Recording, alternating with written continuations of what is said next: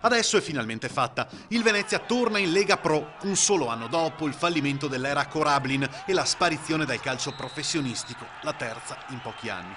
Questa volta però la rinascita sembra poggiare su basi solide, quelle di Giota Copina che fa sul serio e vuole subito la Serie B nella prossima stagione.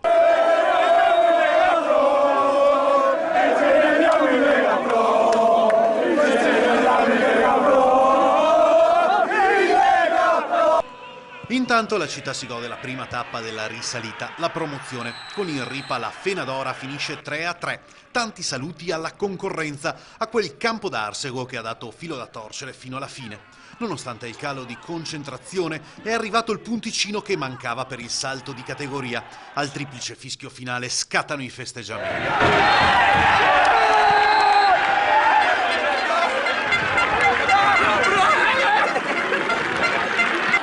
Quanta gioia allora per questa promozione? Una gioia immensa, sono contento per questo grande traguardo dopo un anno di purgatorio, è giusto che Venezia sia tornata.